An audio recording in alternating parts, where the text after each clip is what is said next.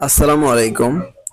সুপ্রিয় অষ্টম শ্রেণীর শিক্ষার্থীবৃন্দ, আগামী ৬ তারিখ শনিবার তোমাদের স্বাস্থ্য সুরক্ষা পরীক্ষা অনুষ্ঠিত হবে।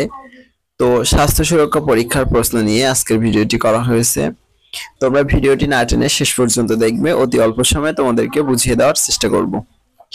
তো এখানে দেখো, আমাদের মোট চ্যাপ্টার থেকে মোট 4টা চ্যাপ্টার পরীক্ষা হবে, 1 থেকে 70 পৃষ্ঠা পর্যন্ত। এর ভিতর থেকে তোমাদের প্রশ্ন কাঠামোটা তৈরি করা হয়েছে।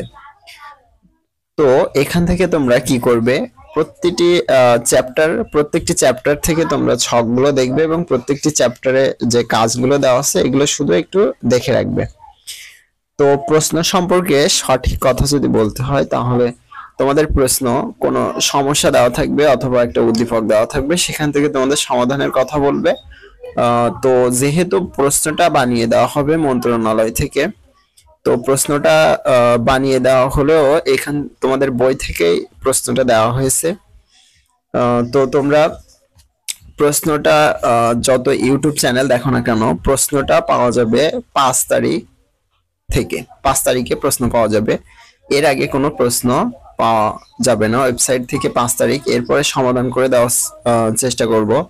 তো তোমরা ইউটিউব চ্যানেলে নজর রাখবে। 5 তারিখ প্রশ্ন দেওয়া হলে সেখানে প্রশ্ন কাঠামো দেওয়া থাকবে, ওইগুলো অ্যান্সার করে তোমরা সেই অনুযায়ী প্রস্তুতি নিয়ে যেতে পারবে।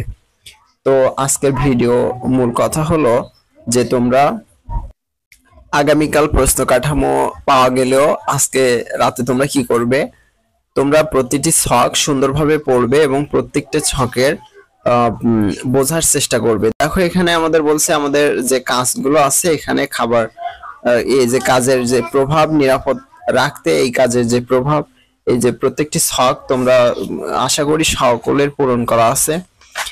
এমনি ভাবে যতগুলো ছক আছে সবগুলো ছক তোমরা পূরণ করে রাখবে।